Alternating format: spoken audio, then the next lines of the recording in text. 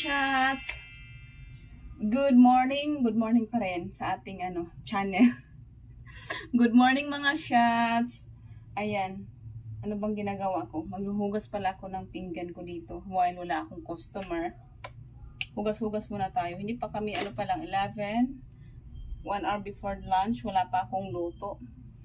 Yung aking tilapia, medyo matigas pa. And ayan, habang nag-aantay ako sa aking tilapia na magiging malambot, maghugas muna tayo dito dahil ang daming kalat. And habang walang customer. So, ayan, upload na lang tayo sa mga lahat ng ginagawa natin dahil wala naman tayo ibang ma-upload. Sipag-sipagan natin mag-upload. Dahil alam na ang buhay. Alam na this.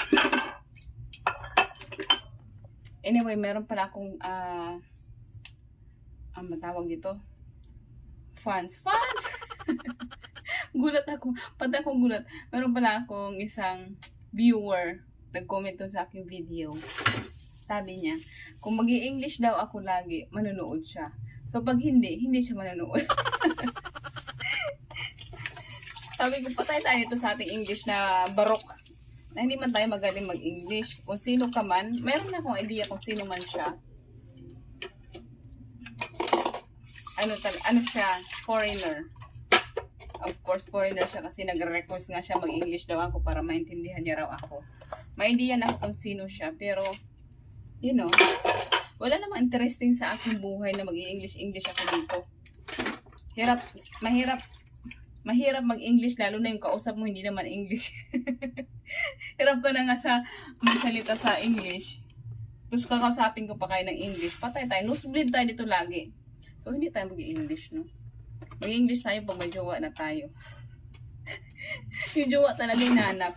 Pero magaling naman. Hindi naman ako magaling mag-English. I mean, magaling naman tayo mga Pilipino mag-handle sa mga ganyang sitwasyon. Kasi yung iba, naintindihan ko sasabihin ng iba, English ng English ka. Akala mo naman kung sino magaling mag-English. Ba't di nila mag-Tagalog na sa Pilipinas ka naman? Sasabihin na naman, ibabash ka na naman. Pero alam ko mga Pilipino, matatalino tayo dyan sa mga English na yan. Kahit English natin barok-barok o English kalabaw, alam ko matatalino tayo dyan. Kaso nga lang, yung ating mga mindset, close-minded. Hindi tayo open. Unlike others na, sige, push mo lang yan. Susuportaan kita. Yung mga ganong tipo. Yung aking English ay hindi po kagandahan. So, kung may mga English man akong mali-mali ang grammar, yun talaga ako. Nobody's perfect. Bagsak tayo sa grammar kung sa English yan tayo magbabase. Anyway, maghuhugas na ako mga shots so habang wala tayong mga customer. And sadyang malabo talaga yan siya. Nagkalat na yung aking alaga doon, no? Ayan, inalat niya. Kumain siya ng kanyang lettuce. Anyway, mga shots, nagsarado na ako ng aking munting tindahan. Rest naman tayo tomorrow again. Ayan, haggard na ba yung harap tayo dito? Para hindi haggard pa rin. Balik tayo dito. Kahit saan ang gulo, haggard talaga. So, ganyan talaga mo. Natawa naman sa sarili. Haggard talaga siya. Wala siyang pagtataguan. Anyway, thank you for watching mga shots sa aking channel. Hope to see you tomorrow. Kung kagatin kay tsaka na nga ng ating katawan, ng ating skin. Ay, nasunog ko kanina. Na sa kawali. Anyway, that is it for today mga shots. Hope you do like and subscribe to my channel for more upcoming videos. Bye everyone! Hi mga shots! Ayan, nagbabalik ako. Hindi pa tapos yung ating chikahan. Anyway, 11 o'clock na. Mga 11:30 na nga yata kasi katatapos ko lang maghugas ng aking pinggan. Tapos, may mga basura ako. Ang ginawa ko, nilabas ko siya. Kasi alam ko bukas, pag iniwanan ko ito yung basura, mangangamoy siya sa buong bahay. So, nilabas ko siya. And, anong ba sasabihin ko? paglabas ko, hindi ko akalain na mayroon pa palang tao sa labas. Yung tao na nandiyan sa labas, yun yung palaboy na 3 days na siya bumabalik sa, sa aking tindahan.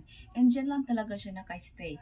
Last time, nasa other side siya ng kalsada, nakatayo lang siya the whole 3 hours yata. Nakatayo lang talaga siya. Wala siyang ginawa, tumitingin siya sa langit. So ngayon, nasa tindahan ko pa rin pala siya. Akala ko wala na.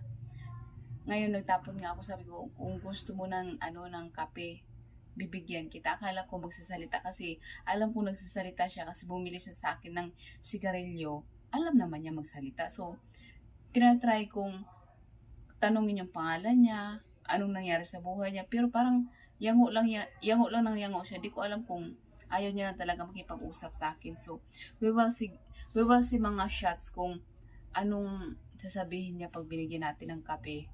Actually, binigyan ko na yan siya ng pagkain nung mga nakarang araw. Kanina, nagbigay ako ng barbecue dahil banana Q pala. Kasi nag-banana Q nga ako. Tapos ngayon, meron akong kape and bigyan natin ng tinapay. Ayan, may tinapay pa akong natira. Bibigay natin sa kanya. So, tingnan natin. So, hopefully, makausap natin siya kahit paano malaman natin yung kanyang kwento ng kanyang buhay, kung ano ba talaga nangyari sa kanya. So, ayan, labas tayo. Tingnan natin mga shots. Haggard na talaga ako, inaantok na talaga ako. Gusto ko pa sanang maligo. Pero parang yung aking katawan nag-shutdown na siya. Parang gusto niya matulog na. So, bago tayo matulog, punta muna natin siya mga shots. Tingnan natin kung pwede natin siyang makausap. Sabi ko, mag-video ako, may YouTube channel ako. Sabi niya lang, pa-subscribein ko sana sa aking channel eh. Naghanap ng subscribers. Anyway, ayan, samahan niyo ako mga shots. Tingnan natin, bigyan natin siya ng pagkain. Ayan, para mga shots. Puntahan natin. Ayan.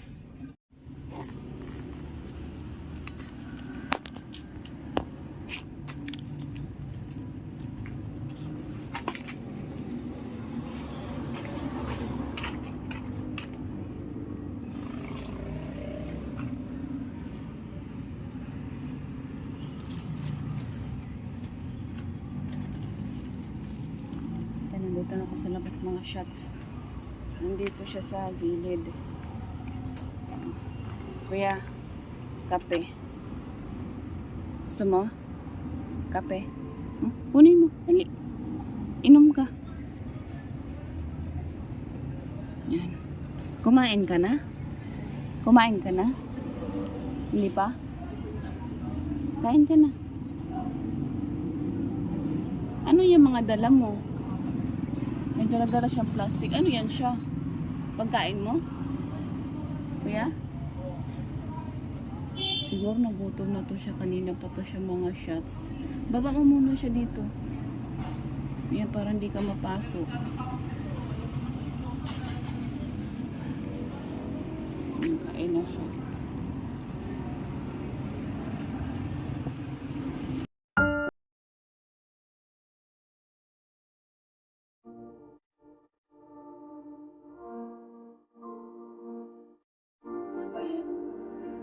Nalulungkot ako kasi hindi siya nagsasalita. Sige.